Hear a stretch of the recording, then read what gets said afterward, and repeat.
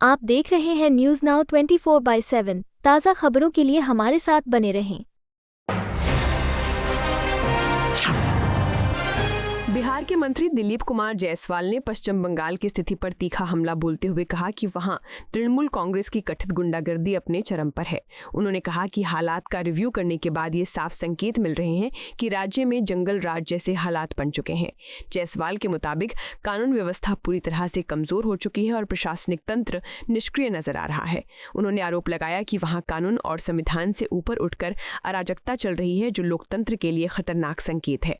मंत्री ने यह भी कहा कि अगर समय रहते स्थिति को नियंत्रित नहीं किया गया तो इसका असर पूरे देश की राजनीति और सुरक्षा पर पड़ सकता है। उन्होंने केंद्र सरकार से इस मामले में सख्त कदम उठाने की मांग की और कहा कि आम जनता को सुरक्षा देना सरकार की प्राथमिक जिम्मेदारी है। उनके बयान ने राजनीतिक माहौल को और गर्म कर दिया है। उत्तर प्रदेश के मंत्री ओम प्रकाश राजभर ने समाजवादी पार्टी प्रमुख अखिलेश यादव पर निशाना साधते हुए उनके हालिया बयान को राजनीतिक ड्रामा बताया। उन्होंने कहा कि अखिलेश यादव जानबूझकर ऐसे कदम उठा रहे हैं जिनका धार्मिक या सामाजिक आधार नहीं है। राजभर ने सवाल उठाते हुए कहा कि आखिर किस कुरान में लिखा है कि गंगा नदी पर नाव में बैठकर रोजा खोला जाना चाहिए। उन्होंने इसे सिर्फ एक पॉलिटिकल कवर बताया जिसका मकसद खास समुदाय को प्रभावित करना है। मंत्री के अनुसार ये पूरी रणनीति वोट बैंक को साधने के लिए बनाई गई है, न कि किसी धार्मिक परंपरा का पालन करने के लिए। उन्होंने आरोप लगाया कि इस तरह की राजनीति से समाज में गलत संदेश जाता है और धार्मिक भावनाओं का इस्तेमाल किया जाता है। राजभर के इस बयान के बाद सियासी माहौल और भी गर्मा गया है और दोनों पक्षों के बीच बयानबाजी तेज हो गई है। बिहार के मंत्री मंगल पांडे ने पश्चिम बंगाल के मुख्यमंत्री ममता बनर्जी पर निशाना साधते हुए कहा कि राज्य के हालात तेजी से बदल रहे हैं। उन्होंने कहा कि अब वहां की जनता ममता बनर्जी की सरकार से निराश हो चुकी है और बदलाव चाहती है। पांडे के मुताबिक लोग सरकार की नीतियों और प्रशासनिक कार्यप्रणाली से परेशान हैं और उन्हें जल्द राहत चाहिए। उन्होंने ये भी कहा कि राज्य में कानून व्यवस्था की स्थिति चिंताजनक बनी हुई है, जिससे आम नागरिकों का भरोसा डगमगा गया है। मंत्री ने दावा किया कि पश्चिम बंगाल के लोग अब मौजूदा सरकार के खिलाफ खड़े हो रहे हैं और उन्हें आज़ादी की जरूरत महसूस हो रही है। उन्होंने ये संकेत भी दिया कि आने वाले समय में वहां राजनीतिक परिवर्तन संभव है। उनके इस बयान ने विपक्ष और सत्ताधारी दल के बीच तनाव को और बढ़ा दिया है। बिहार के मंत्री रामकृपाल यादव ने पश्चिम बंगाल के मुख्यमंत्री ममता बनर्जी के खिलाफ प्रवर्तन निदेशालय यानी ईडी के आरोपों का समर्थन किया है। उन्होंने कहा कि ईडी ने जो बातें सामने रखी हैं वो गंभीर हैं और उन्हें नजरअंदाज नहीं किया जा सकता। यादव ने दावा किया कि शायद आज़ादी के बाद पहली बार ऐसा मामला सामने आया है जहां किसी मुख्यमंत्री पर नियमों और कानूनों की अनदेखी करने के आरोप लगे हैं। उन्होंने कहा कि ममता बनर्जी खुद ईडी ऑफिस पहुंची और कथित तौर पर अधिकारियों से दस्तावेज हासिल करने की कोशिश की जो प्रक्रिया के खिलाफ है। मंत्री ने इसे कानून के शासन के लिए चुनौती बताया और कहा कि किसी भी व्यक्ति को, चाहे वो कितना भी बड़ा पद पर हो, कानून से ऊपर नहीं होना चाहिए। उनके बयान से इस मामले में राजनीतिक बहस और तेज हो गई है। कांग्रेस सांसद सुखदेव भगत ने ईरान और इस्राएल के बीच बढ़ते तनाव पर चिंता जताते हुए कहा कि इतिहास ये साबित करता है कि युद्ध कभी भी किसी समस्या का स्थायी समाधान नहीं होता।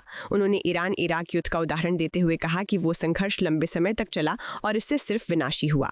भगत के अनुसार भारत हमेशा से शांति, संवाद और आपसी समझ का समर्थन करता रहा है। उन्होंने कहा कि अगर देशों के बीच अविश्वास, कड़वाहट और मतभेद है तो उनका समाधान बातचीत के जरिए ही संभव है।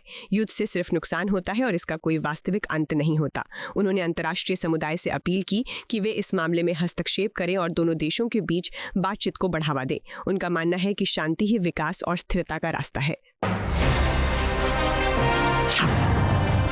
आम आदमी पार्टी के नेता मनीष सिसोदिया ने एक धार्मिक संदर्भ में बयान देते हुए कहा कि हर चीज भगवान की इच्छा से होती है और किसी भी व्यक्ति को इसका श्रेय खुद को नहीं लेना चाहिए। उन्होंने कहा कि मंदिर निर्माण को लेकर किसी को ये गर्व नहीं होना चाहिए कि ये उसके कारण हुआ है। सिसोदिया के अनुसार सनातन धर्म में अहंकार के लिए कोई स्थान नहीं है और सच्ची भक्ति विनम्रता में होती है। उन्होंने लोगों से अपील की कि वे अपने कार्यों में विनम्रता बनाए रखें और धार्मिक मामलों में राजनीति या व्यक्तिगत लाभ की भावना से दूर रहें। उनके इस बयान को लेकर अलग अलग प्रतिक्रियाएं सामने आ रही हैं, जहां कुछ लोग इसे आध्यात्मिक संदेश मान रहे हैं तो कुछ लोग इसे राजनीतिक संदर्भ में देख रहे हैं। कांग्रेस प्रवक्ता सुरेंद्र राजपूत ने तमिलनाडु की राजनीति को लेकर बड़ा दावा किया है। उन्होंने कहा कि राज्य में इंडी अलायंस मुख्यमंत्री एम.के. स्टालिन के नेतृत्व में भारी बहुमत की ओर बढ़ रहा है। राजपूत के अनुसार जनता मौजूदा गठबंधन के कामकाज से संतुष्ट है और उसे दोबारा सत्ता में लाने के मूड में है। उन्होंने ये भी कहा कि विपक्ष बिखरा हुआ है और उसके पास कोई ठोस रणनीति नहीं है। राजपूत ने दावा किया कि विकास, सामाजिक न्याय और स्थिरता के मुद्दों पर इंडी अलायंस को जनता का समर्थन मिल रहा है। उन्होंने भरोसा जताया कि आने वाले चुनावों में गठबंधन को स्पष्ट जीत मिलेगी। उनके इस बयान ने चुनावी माहौल को और भी गरमा दिया है और राजनीतिक दलों के बीच आरोप प्रत्यारोप का दौर तेज हो गया है।